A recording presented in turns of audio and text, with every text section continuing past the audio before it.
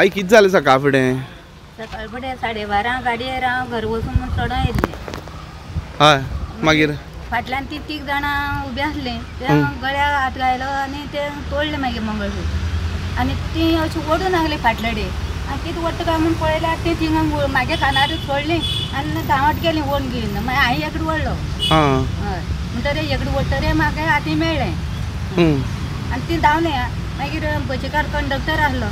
अरे म्हागे भांगर तोडलें ह्या चोरांनी म्हणटरेर तो सकयल देंवलो बशीन आहलो. मागीर गोंय येतरेर तेंका धरलो फुडें येवन.